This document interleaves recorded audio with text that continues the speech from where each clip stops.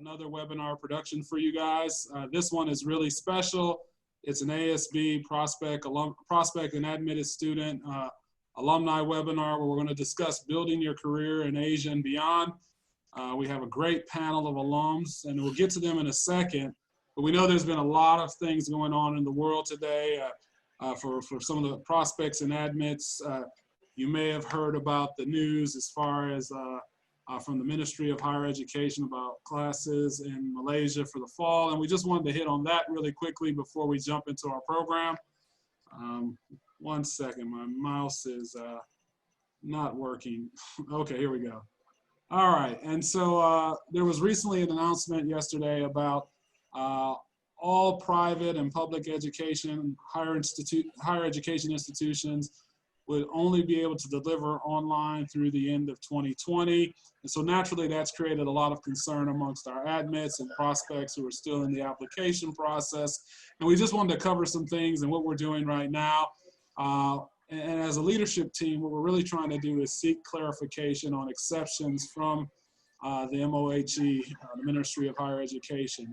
In the announcement that they shared with the schools, they listed a set of conditions for types of schools that may be exempt from this this order. And so what we're doing is working to find out if there are clarifications.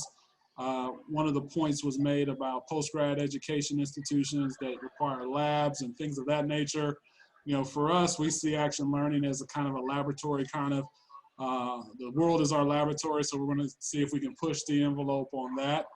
And that said, you know, in tandem with getting clarification from the Ministry of Higher Education, as we go through the planning process, we're designing to incorporate as much interaction. It's critical. It's a critical point of our efforts here at this school. And so one of the things that we see is that there's going to be probably an online component, but how we have human interaction is we think going to be critical to making our experience the most true to form for what we want to make happen from a learning outcome perspective. The other thing that we're looking at is in the event that we have to do online exclusively, what we still want to do is try and get all students on campus for time zone and degree of freedom considerations.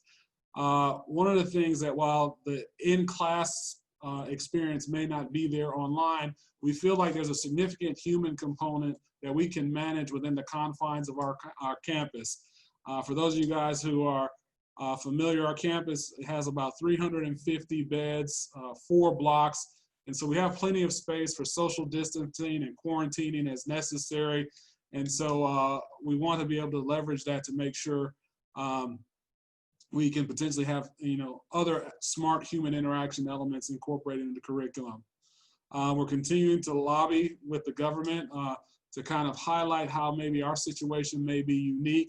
A lot of times when governmental entities come up with policy and standard operating procedures, they're designed around a certain profile or set of constraints. And for us being a small school that has the ability to be nimble and responsive, we think there might be grounds for exception. And then the last thing we just want to make sure people appreciate is that in these next upcoming years, there's going to be a ton of uncertainty, whether it's with ASB, other business schools, or with your current employer. And what we're trying to do is provide as much certainty. Sorry, I put uncertainty, but provide as much certainty as possible for the next 2 years for these turbulent times. So being able to commit to a 2-year endeavor, I think really, you know, gives you certainty about what's going to be going on for you in the coming future. And so these are just a couple of points. Next week will be, early next week, we'll be putting out an admit newsletter with additional updates. But please stay aware in our social media channels, our admit website, etc. Now, one of the things that we wanted to get to is building a career in Asia and beyond. And so I wanted to kind of set the stage for you know, how we kind of view the world before we jump in with our panelists. And one of the things that we think is that from past crisis, you know, if you think about the dot-com Enron recession, if you think about the 2008, 2009 financial crisis, we feel like there's a lot of evidence that says Asia will be a relative outperformer. This slide kind of talks about the performance of Asian schools over time. I don't know if any of you guys read McKinsey's Insight updates. We actually have an alum who's working at McKinsey, and their consumer sentiment, they've done consumer sentiment surveys across Asia, across the world, and Asia's positivity as far as consumer sentiment is highest in the world, and it is actually by an order of magnitude compared to other locations. Additionally, if you think about where the opportunity is, if you look at the slide on the right, Asian business schools on average are outperforming international business schools by 42.2% and American business schools by 27.2% in terms of salary increase 3 years after graduation. So I think this is a very positive sign about the opportunity here. Also, if you think about what's driving that, I think the Asian consumer is not as extended financially. I think they're transitioning to the middle class, and the middle class is expanding in this part of the world. And a lot of things related to technology advancement are still early stage here and have much more of an impact on society. The other thing that we've seen, if you consider the prior crisis cycles, employers always retrench. And so what happens is they get rid of low performers after the crisis, and they're still hiring new talent who may be fresher, a tad bit cheaper. And so that's also a great source of opportunity. Ranked schools in the region has increased from 2 to 17 since the beginning of the 2000s. And so just another indicator that Asia is the place to be. Skill acquisition and opportunity, though, is really going to dictate what's going to dictate your success longer term. And so, what we've tried to encourage our students to do while they're in here in order to get the highest bang for the buck long term is take the best role, not the best salary, so to speak. That said, people are still seeing strong performance from a salary and economic perspective. And another point of optimism for us is that between ASB's network and the experience of the career services staff and the collective efforts of the business school, of the 32 students looking for internships, currently we're at 31 out of those 32, and the 32nd one is deciding between 2 offers. And so we're really excited about that performance. For those of you guys who haven't been as familiar with us, our job, the offers that our students get have been global and diverse. Since the start of the business school, we've had over 100 organizations make full-time or summer associate offers. Summer associates are what we call internships. And our ability to action learning helps really align our students well for what's going on with the market.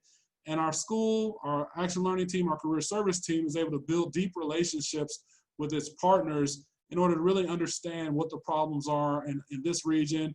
And a lot of the challenges that this region faces are also challenges the rest of the world face. Most of our offers have been from large multinationals and regional players, so about 57% of offers have come from those type of companies. But startups have loved the innovative disposition of our ASB students.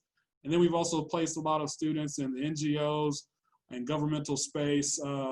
And so we feel like our degree is really versatile, and the impact that top-tier management talent can have it crosses a wide range of different industries and functions.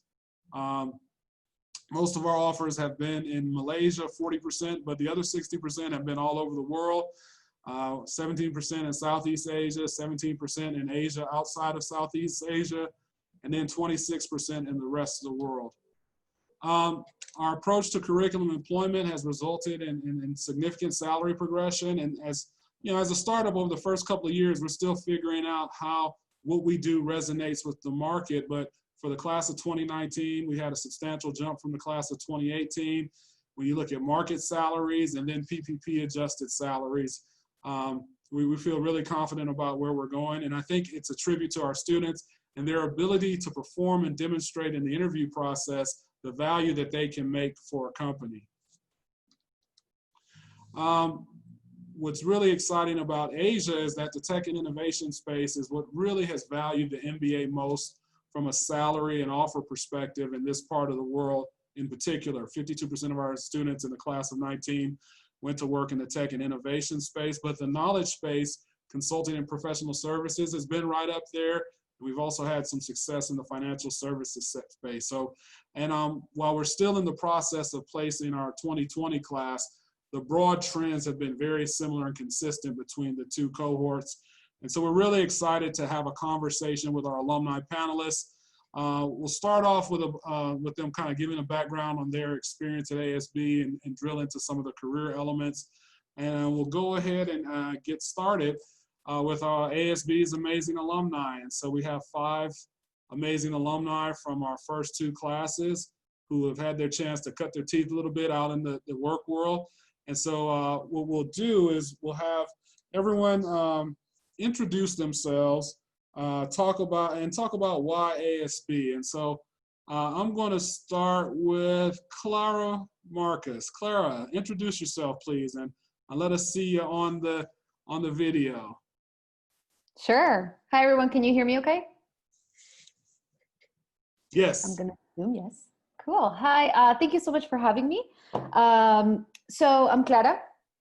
I'm originally from Venezuela, and I was a part of the 2019 MBA cohort. And I decided to join ASB after having moved to Southeast Asia for work. So I used to work in the US in the education industry.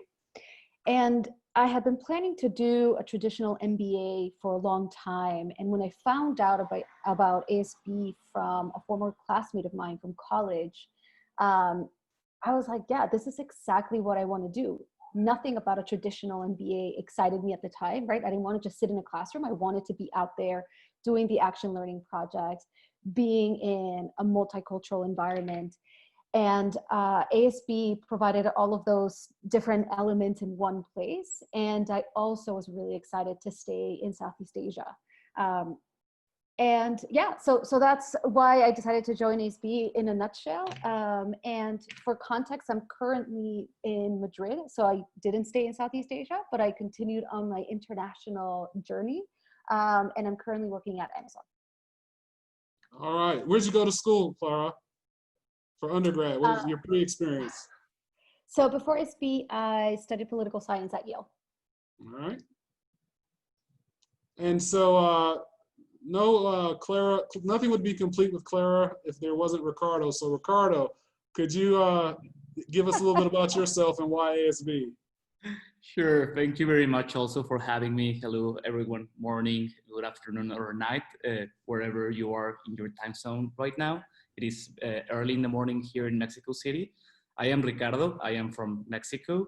And I decided joining ASB. And I need to be very honest about this because I am not the traditional MBA candidate. I was not looking for an MBA when ASB came to me. I also was helping a friend going to different programs of MBAs in the world. We came to this MBA fair in Mexico, and we both traveled before to Asia. We really liked the culture. We felt in love with what Asia was offering.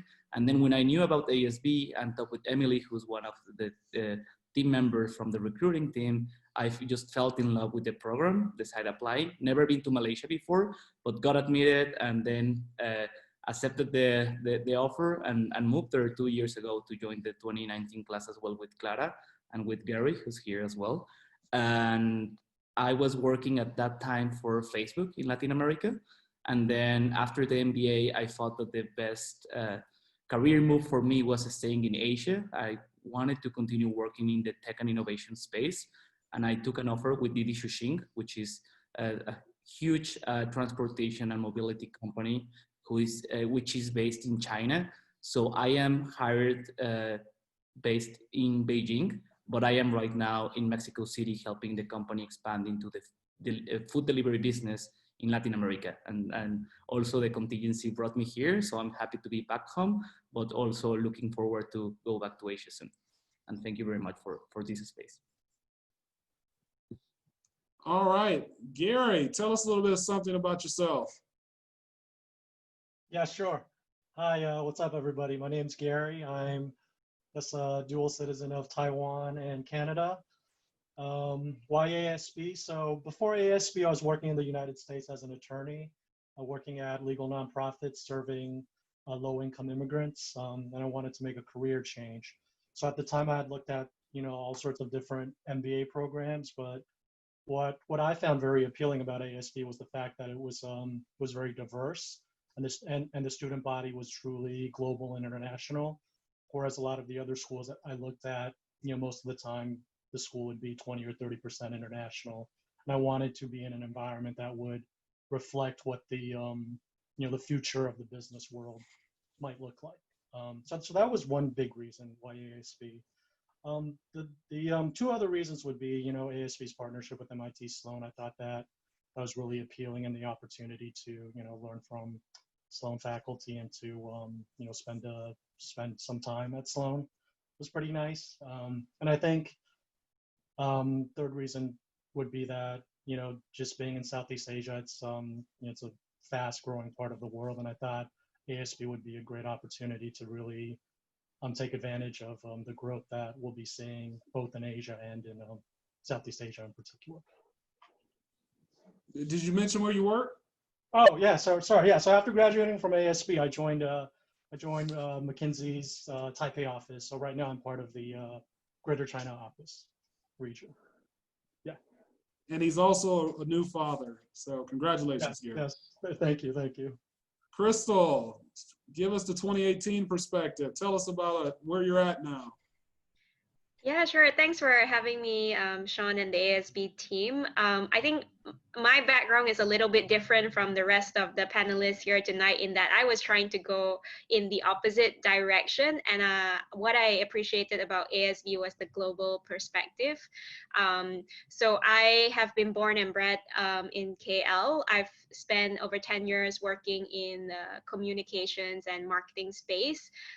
For those of you Malaysians on the call, you would know YTL. So I worked for about 5 years with YTL and the other 5 years with different local startups. And I really was trying to grow my career and get some experience working abroad. So that was what appealed to me about ASB, as well as, like Gary mentioned, the connection to Sloan, the opportunity to spend a month in Boston, on the MIT campus. That was pretty exciting as well. And I think it's worth mentioning here that what impressed me about ASB when I first made my first visit to the campus at Sasana Kijang was that the first 3 people I met from ASB were all these power ladies. So there was Professor Loredana, there was Katie Rattle, who is the MBA director at that point, and then there was Emily Priest, who is the head of admissions. And I was like, wow, if this is what a business school looks like, sign me up. So yeah, the past ASB gave me what I was looking for. I managed to land a role in an AI ad tech startup in Finland. I've been in Finland for the past 2 years. We're a small company, but we partner with, we're an official Facebook marketing partner. And with the recent situation, I decided to come back home to Malaysia, where I am currently based right now. And I was quite lucky in the midst of all this to also still get a role with Microsoft. So I just started 3 weeks ago. So very new career transition for me. And yeah, that's what I'm doing right now. Well, welcome back to Malaysia. And we can't wait to see you after you get out of quarantine, all right? Likewise, I can't wait to visit the campus again. Yeah, Ben, last but definitely not least. Hi, everyone. Glad to be on the call and glad to see some old faces again. So currently I am in Hong Kong, American citizen in Michigan, and I was last working in Houston in the oil and gas industry. I found ASB. They were doing some recruiting at an MBA fair, and at the time it was 2015 and oil had slumped and I was kind of looking for another option. So I'm really into manufacturing, and I saw this tremendous opportunity in Southeast Asia to get right where all the action is, where a lot of the manufacturing is moving, is growing really fast. And I had a call with Dean Charlie Fine, who's this MIT Sloan LGO operations guru. And I said, well, here's an opportunity to get mentorship from this powerhouse in operations, and Also, we did work with Professor Jim Womack, who's godfather of lean, and spent a lot of time in different factories going around the region. I'm currently working with Eskel. Eskel was one of the early partners of ASB. The chairman of Eskel is Margie Yang. She's on the board of directors. She's also an MIT Sloan alum. Not MIT Sloan, sorry, MIT mathematics alum. And yeah, I really fell in love with this company and was quite involved with them during the Action Learning Project my summer. And I've been with them in 2 years. Was living in Vietnam and helping out with factories across the region. So yeah, I'm a factory guy. And Southeast Asia, China is the place to be if you like getting dirty and being in factories all day. So one of the things I wanted to do is like we talk about action learning being like the signature element of the MBA program and the experience here. I wanted you guys to tell me something, your most memorable action learning experience and how it may have helped you get to where you are today. Who wants to go first? Gary, I'm going to pick you. You're on mute, Gary. You're okay. Yeah, most memorable action learning experience. There's so many to pick from, but I would say it would probably be the. So I worked on a project in Thailand, working for a real estate company that was essentially in the process of trying to transform itself and to explore and develop some digital offerings. So I thought that project was very interesting for 2 reasons. The first reason was that it was in Bangkok, so I had the opportunity to explore this city and really get to know my teammates better and to enjoy each other's company. So that's one neat thing about the project. And the second thing was just having the opportunity to both understand real estate in Southeast Asia, but also to understand the tech side of things. I thought that was really interesting. And when I look back, what I thought was most impactful about the project was the fact that in the end we had the opportunity to present to the CEO of the company to share our findings. And then later on, after we graduated, we actually had one of our classmates ended up joining the company and working on a lot of the initiatives that we identified during the project. So I thought, it's probably the most memorable action learning experience. That's a great example. Like a lot of times we get the question, like, does action learning translate into a job? And sometimes it doesn't, because the timing is not at the end of the program or things of that nature. But that was a great project there. So thanks for sharing that. Does anyone else want to share something? Raise your hand. All right, Ricardo. Yeah, I think this one can give you some ideas on how action learning works in terms of how do you design your career. So I knew that I wanted to do something connected to digital technology, digital transformation. So that's the theme that I use during all my 5 action learning projects. But I think I also wanted to test myself in different industries. And because I really love travel and I really like to go and explore new countries, I felt that maybe hospitality was something that I wanted to explore. So my first 2 action learning projects were with hospitality companies. The first one with a hotel in Malaysia, which is Hotel Equatorial. For the ones familiar to the region, it's a brand, like it's an old and very important brand in Malaysia, but now they have this very nice and premium hotel. So we're working them on helping them go into the digital space, driving e-commerce, online bookings. And then my second action learning project, I was extremely lucky to get assigned to this company that has resorts in Bali, in Indonesia. So it was a lot of fun, but I also discovered that hospitality is extremely hard. Like we were waking up 5 in the morning to talk with the customers that were playing in the golf resort, working extra hours during the night to talk to the staff. So that's how I knew that hospitality maybe is not for me, and I will enjoy more those resorts as a guest in my next vacation, but I will never work for that industry. So I think it really helped me to understand how that industry works, and I really, really appreciate that. It was a lot of fun as well. All right, Crystal, you came from a communications background, so I'm sure you were curious about exploring all these other kind of technical business areas. Can you give me something about your AL experience? Yeah, it was interesting because I wanted to use action learning projects as an opportunity to try new things. So like Ricardo, I explored different industries. I did a project in an insurance company, in FMCG company with Procter and Gamble, with a broadcaster, Astro, and also with a real estate company. But somehow I found myself, even within those projects, gravitating towards the business development and marketing part of it.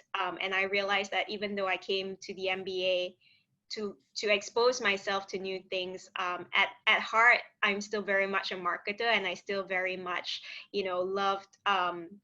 loved that whole feel, especially because I come from a background of storytelling. What I gained during the MBA was more of how to apply, a business perspective to it, how to apply a more numerical, data-driven, analytical approach to marketing. And more, marketing has become increasingly like data-driven. So that was something really beneficial. So I didn't go too far from my core strength, but in fact, I felt like I complemented it a lot through my action learning experience. I would say the most memorable one for me was when we did a project with Procter and Gamble in Myanmar. Memorable because both the bonding experiences that I had with my classmates, it was pretty epic. Because we were doing primary research and going into these hot and crowded and dusty market spaces and really interviewing people just to find out what was the unique value proposition they saw in a shampoo brand. So that was really fun, made a lot of great memories. We always joke that what happened to Myanmar stays in Myanmar. But what was really cool as well is that we were working in like pretty much a greenfield market, where all of the marketing plans for the country, like Procter and Gamble had just entered not too long ago after Cambodia opened up. So we had the opportunity to kind of design the whole marketing angle for the country from scratch, because they were previously reusing marketing collateral from Thailand. They were just translating. And we had the opportunity to kind of do something from scratch. We had an amazing host who really pushed us. We had to redo our presentation deck so many times because he was really pushing us hard to ask us, like, why do you think this is the case? Why do you think this is what people are looking for? So it was pretty amazing being in an emerging market like like Myanmar, and to just see all of these things like unfolding. It was pretty memorable. All right, thanks so much. Ben, tell us about your action learning journey. Yeah, so I was actually one of the first students in the class of 18 non-bonded students to receive a job offer. And I did that completely through action learning. So the second project, we were working at one of the Escal garment factories in Ho Chi Minh City. And we had a visit from the then CFO and the HR director on campus. And I used one of my holidays to go to Hong Kong with some friends, and I managed to get a meeting at their offices here. And actually the office that I'm working from now. And just in a friendly discussion, they told me, oh, I need to meet this technical director. So it just so happened that while I was on site in Ho Chi Minh City, the technical director, who's my now boss, he was there as well. So I had an informal interview with him, just a 10-minute chat, and that left an impression on me, and I guess it left an impression on him. and we kept in touch throughout the summer while I was working at another factory near Hanoi. And this is a guy that I really get along with, and I think you can work with any company, and as long as you have a good relationship with the people that you're working with, and it's going to be a good experience. You're going to learn a lot. You're going to get a lot of opportunity. Yeah, so I was really grateful that early on in the second semester, I met my boss. I had connections with a lot of executives. I was making connections locally in Vietnam that helped me a lot as I started my career working at one of the factories in Vietnam. And it's not just business connections, people that you can email, it's people that you're going to their homes, experiencing things in the country, going out, enjoying good food and drink. And yeah, so I really felt comfortable after graduating to move to Vietnam and start a career, but it was just because I had all that action learning and summer experience with them, and also have these good relationships. All right, thanks. Thanks, Ben. Next question I really want to focus on is this session's titled Building a Career in Asia and Beyond. And, three of the alums have went to work in Asia and Latin America, but two went totally away from Asia, Crystal and Clara. And I wanted to talk to you guys about how did you make that transition to an opportunity outside of Asia? And as a young school, how were you able to help people who may have not been as familiar with ASB appreciate what you bring to the table? So let's start with Clara. Sure. So for me, I was really enjoying my time in Asia, and I had moved there with my partner. And having worked there a year before ASB and having done different action learning experiences, I wanted to also expand not just the industries that I was exposed to, but also expand the types of the regions that I was exposed to. And so my summer action learning project was actually in Germany, and I got to work at PwC. And I had never worked, one, in a corporate environment, and two, in Germany.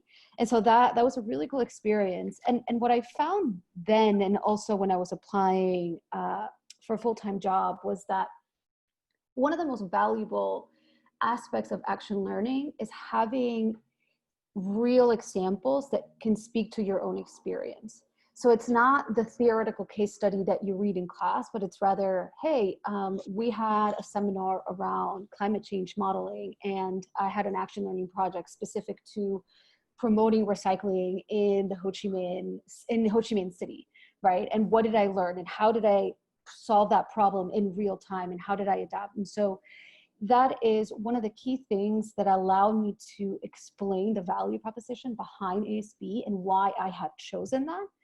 Because that became one of the most relevant questions of, okay, well, you studied in the US, you have working experience in the US, why didn't you just go to a US school where you have a big network and access to a lot of different employers that come to you and you don't have to go to them?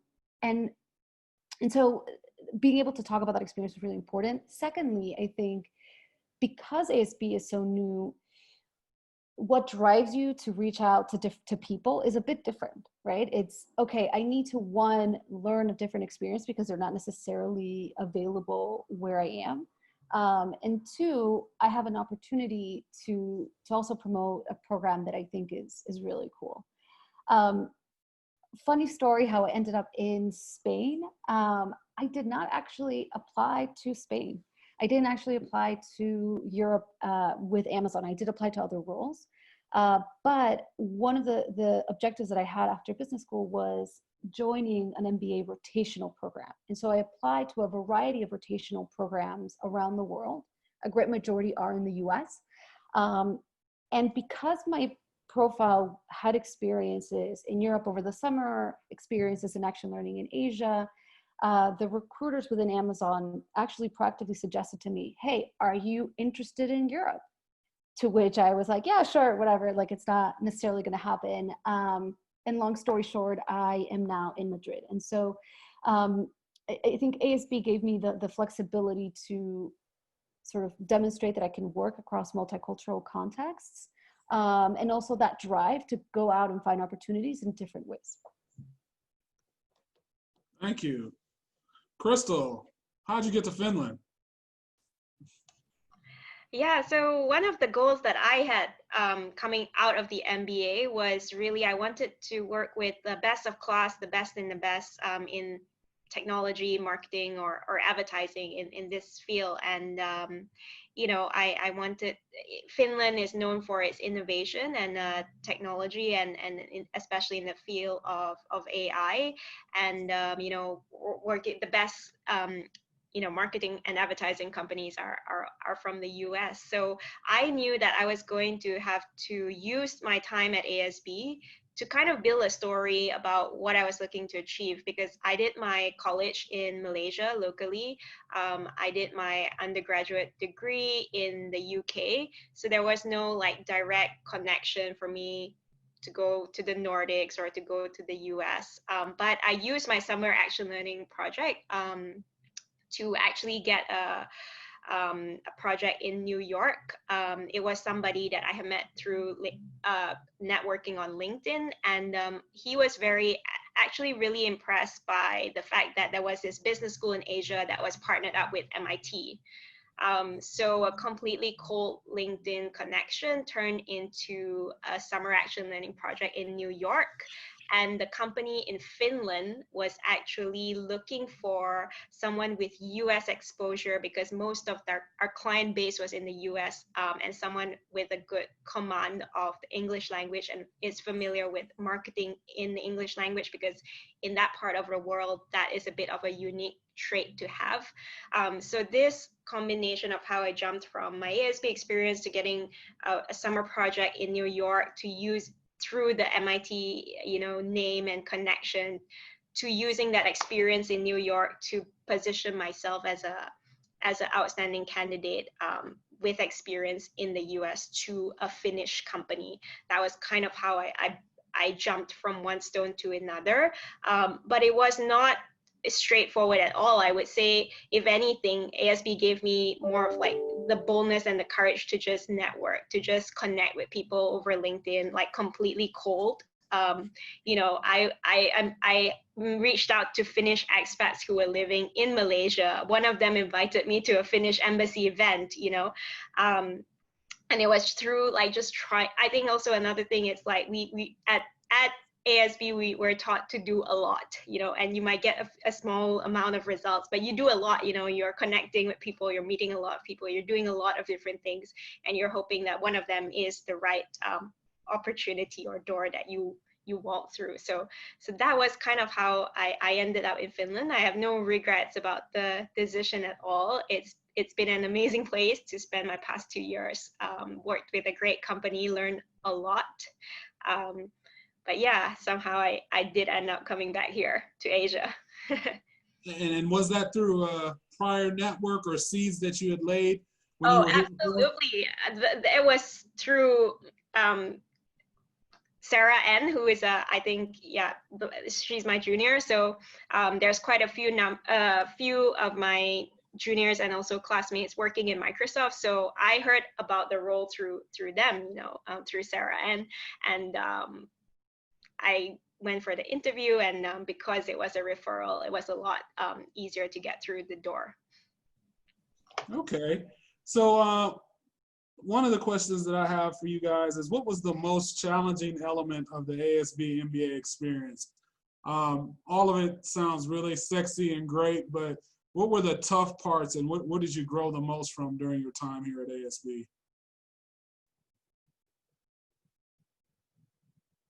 Clara.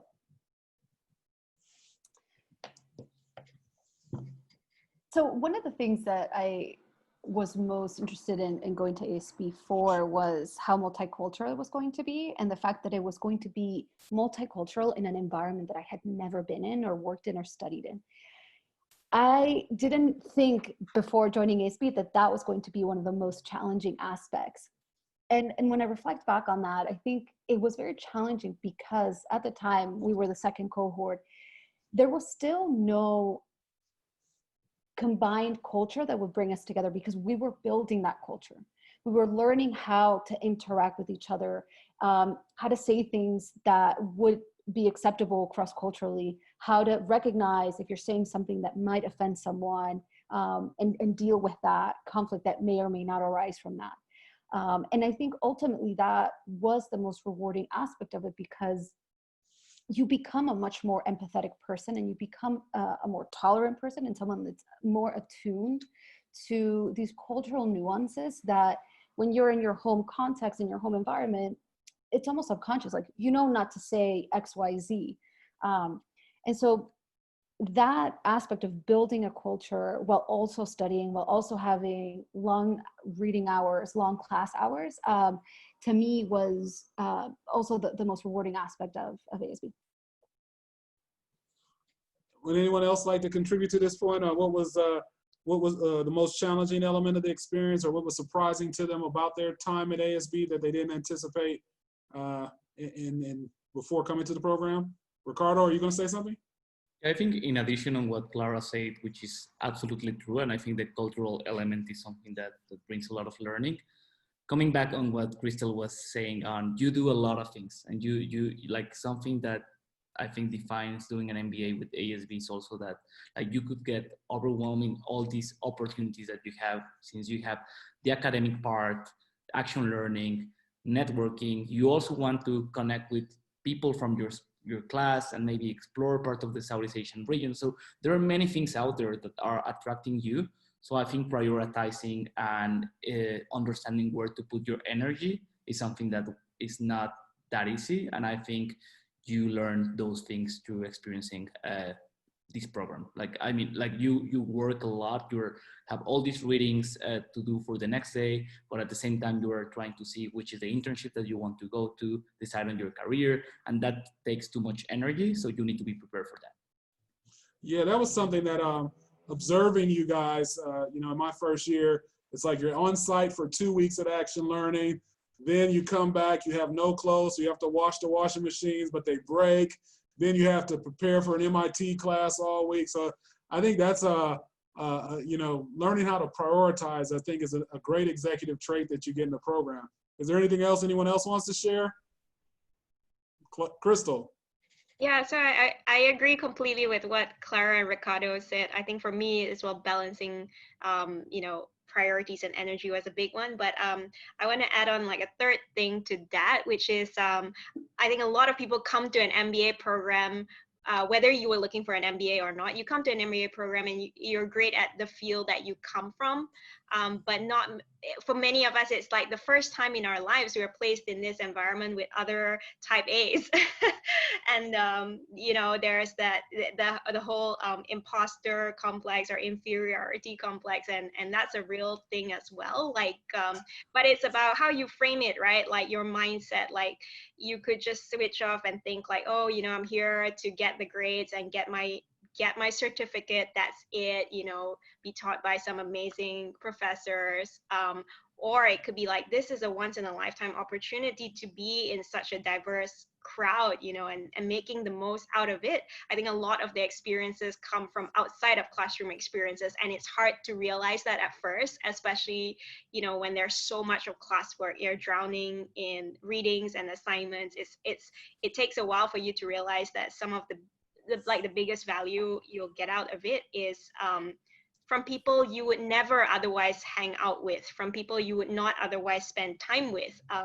You know, this is what I took away at the end of the program, you know, whether it's somebody from a completely different industry or completely different country or completely different background.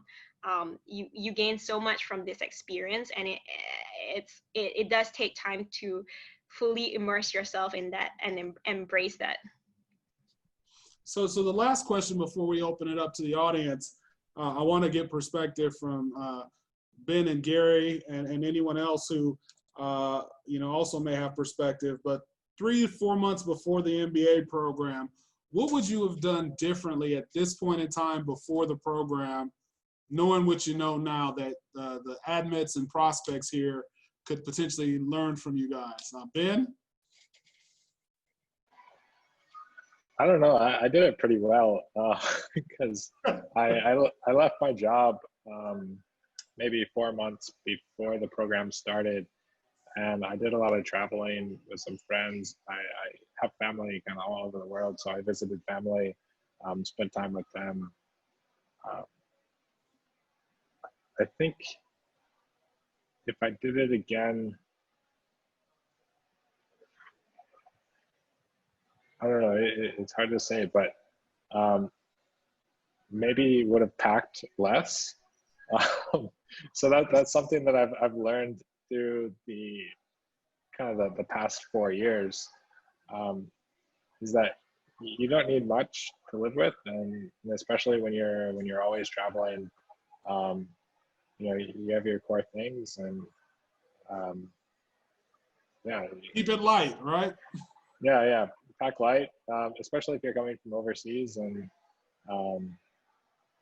you know, because you're going to be moving a lot, and you know, have a couple suits ready to go, and you know, you got your laptop, and yeah. I think that's a great point. There's so much opportunity in this part of the world. You don't want possessions and things to keep you from moving and capitalizing on that opportunity.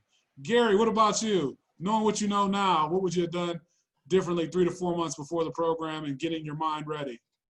So I definitely agree with Ben. I think the first thing would be definitely recommend spending more time with friends and family, because once the MBA program starts, you are super busy. So I think definitely take advantage of this time to you know, do all the things that you might not have the opportunity to do. Yeah. The second thing would be, you know, I think now it's also a good time to activate your network. So I think it'd be good to, you know, take inventory of the people you know, and to let them know that, hey, you know, I'm getting my MBA. I'm interested in potential opportunities, whether internships or full-time opportunities. So, you know, just have me on your radar. Because I think, you know, networking is a big part of the MBA experience, and then you want to give yourself that runway to really start the networking process early. And I think the third thing would be kind of more on the skills side of things. You know, I wish that I had spent some more time improving my ability to communicate through PowerPoint.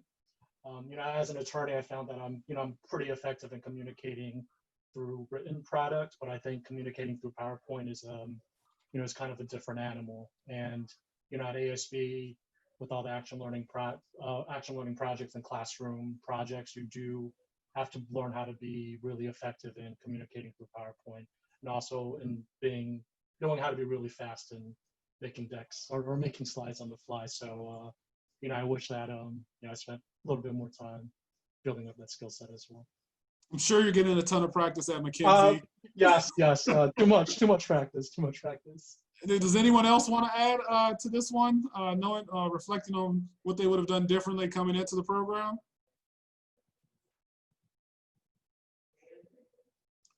All right, so we'll go to some of the questions. One of the questions from the audience is they've noticed that a lot of you guys have come from established premium companies, but they wanted to ask, they had a question about how does ASB add value for MBA students who are looking for careers in entrepreneurship or tech VCs and things of that nature. Can you guys provide perspective? I know you may have been friends with people who have pursued this route, and maybe you've even reflected on, you know, maybe taking that path on your own. Anyone want to comment on that?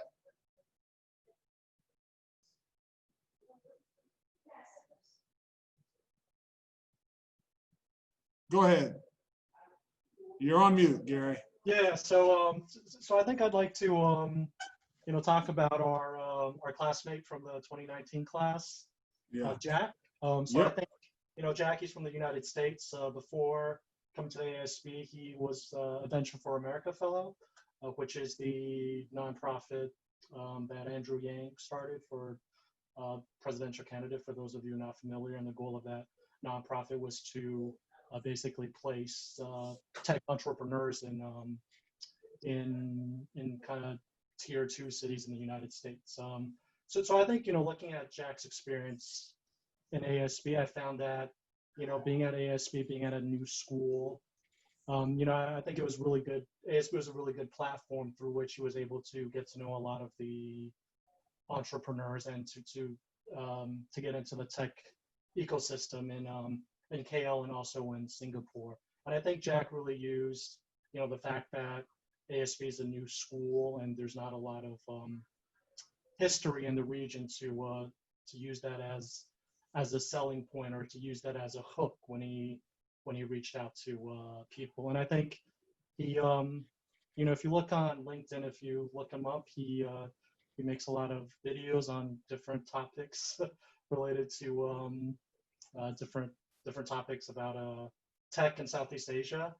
And I think, yeah. And I think this is an evolving area for us. As a small school, we don't have the critical mass around certain profiles yet, but I think our aspiration is to be entrepreneurial in nature and expose people to innovation opportunities in this part of the world. And that was really represented this year. We did a China trek where we focused on innovation in China, right? And so I think for those who are interested in being in this part of the world, the access to capital, opportunity to the ability to manufacture at a low cost and prototype at a low cost, quick turnaround pace is really well suited here. So if you want to go manufacturing low value add, maybe less technical products, Southeast Asia is great for that. You know, we're only a 4-hour flight from Shenzhen. And so we hope to be able to cultivate those opportunities with you guys, future prospects here, if you come and join us in ASB. So the next question is, so consulting firms like MBBB are more keen on schools, Ivy League schools like, or INSEAD. What preparation did you do to prepare for cracking the case? And one of the things with case interviews is not only are they being used at MBB, but they're also being used by lots of other companies. So I know, Gary, you can talk about how you were able to break into the door at McKinsey, but I also would like to, you know, hear other modes of interviewing and case interviews that you guys may have experienced in your career paths. All right, so I Gary? can Go ahead, Clara. So I worked a lot with Gary on case prep. Thank you, Gary, for your help on that. And it was something that initially I wanted to go into consulting, but what I found as I was interviewing across different types of industries is that the case question and the case method was commonplace everywhere. Was it exactly the same as in consulting where they're drilling down on the specific number? Probably not. But the method and the way that you structure the problem was something that I was tested on a lot. Excuse me. And in fact, within Amazon, it is a part of the interview process. So they won't call it a case question, but they'll call it like, we're going to do a business case. And this is actually present across all different types of levels. And in an interview that I had with a healthcare company, it was also very present.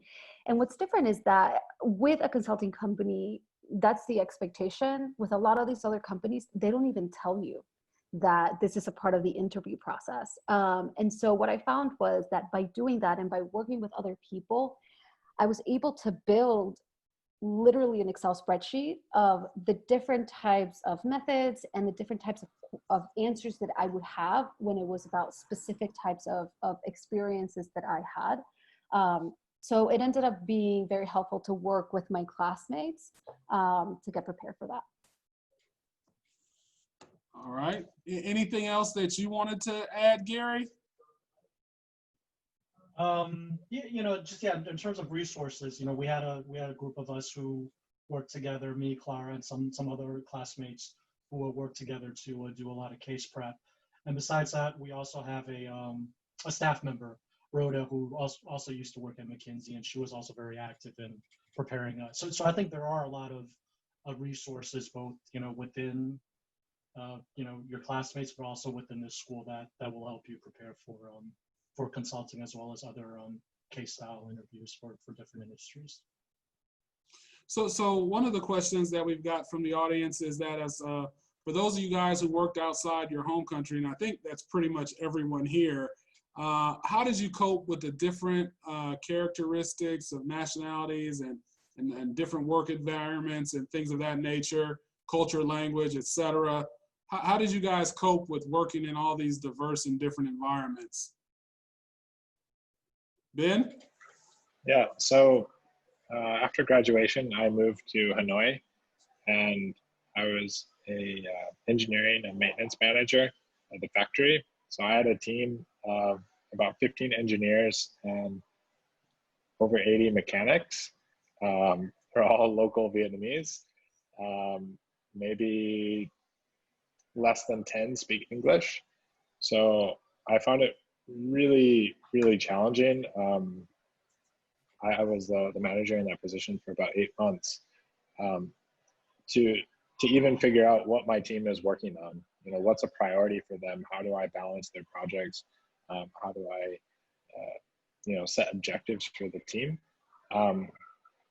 And I learned that you have to go really slow. So when there is that cultural barrier, the language barrier, it's not about pushing. It's about building key relationships with the people that you can, and having trust in them that they can help you along the way. Because if I tried to push the team too hard, they would kind of laugh at me or revolt against me. But if I show them that I'm on their team, if I show them that I'm trying, that I'm willing to join them for a beer after work, then I get on their side. But one of the biggest lessons that I learned about being in Asia is that if someone doesn't understand me, that's my problem. It's not the other person's problem. So I really had to adjust my communication methods, write things down, say it in person, send a message and text, and right now I'm working a lot in China. So maybe Ricardo, you also know, but when you're using WeChat, there's like a translate function in WeChat, which is a complete lifesaver. So you find these little tricks that you can still communicate with people. Anyone else wanted to add anything?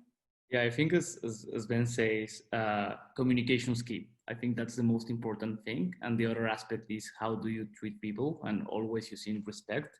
And there's one phrase that is in my mind right now from Loredana, a professor from ASB, who told me, you don't treat people as you want to be treated. You treat people as they want to be treated. And I think that's really changed how I approach people in the terms of working in a multicultural environment. And I mentioned that I work in China, so I face very similar issues that Ben. I don't speak Mandarin. Like most of my team was speaking Mandarin. They didn't speak English, so language was one of the barriers. But I think you use communication tools, and as Ben was mentioning, like you try to adapt how do you communicate. So for example, I have found that doing a lot of greeting stuff and trying to put all what I think on paper or presenting during a meeting, it's been very useful. All right, thank you. We got a question from the audience. Someone was asking, were you able to do a part-time job during the MBA program? And so there's an emphatic answer, no. But Action Learning is effectively a part-time job when you're in the program. And so can you guys comment on, would you even have time to do a part-time job at ASB? Anyone want to comment on that? Or maybe you had a ton of free time. I can comment on that. There were quite a few people in my class of 2018, as well as the junior class of 2019 as well, that had kind of like part-time or freelance gigs. Everyone was coming from a different situation, right? Some people had planned to go to business school. This opportunity was coming a little bit unexpectedly. So, some people had savings, some people were, there were different, everyone was coming from a different financial situation. And for me, as well as a few of my classmates, we hustle. We didn't take lunch breaks. We would be working during the 45 minutes we had time to breathe in between 9 to 5 classes. We'd be on our emails, on our laptops. it's work hard, and in between a little bit of play hard as well. So I think it's a choice. Even during our the first few weeks at ASB, we were told like you have to choose. There's going to be activities, there's going to be classes, and then there's sleep and workout and family. So choose your priorities.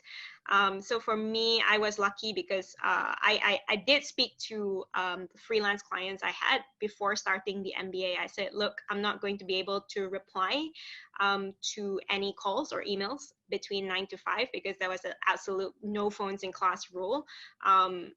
So in between lunch breaks, on Saturdays I was working a full day on Saturdays, at nights, in the evenings, and I was fortunate to have clients who were really excited that I was doing this actually.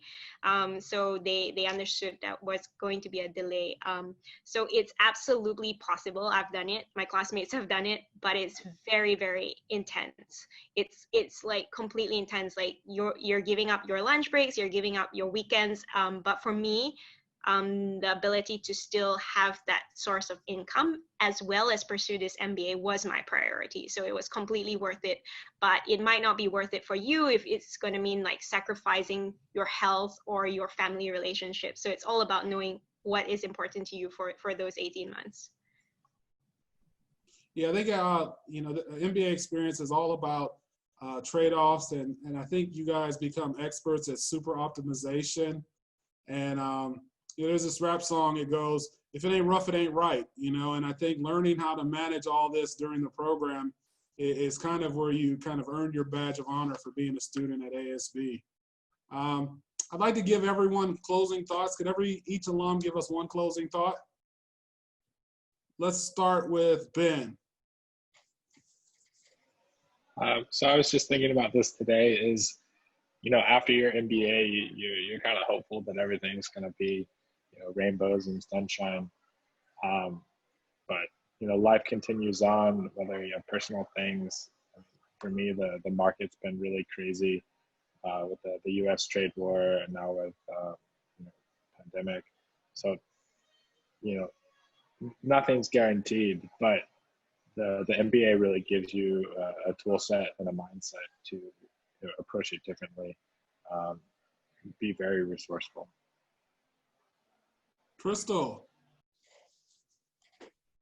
It's pretty challenging to sum up the whole experience in one thought, but if anything, I would say that the MBA, particularly the ASB MBA, it really prepares you for uncertainty. So it's not about avoiding challenges or like Ben said, that your life's going to be easier after this.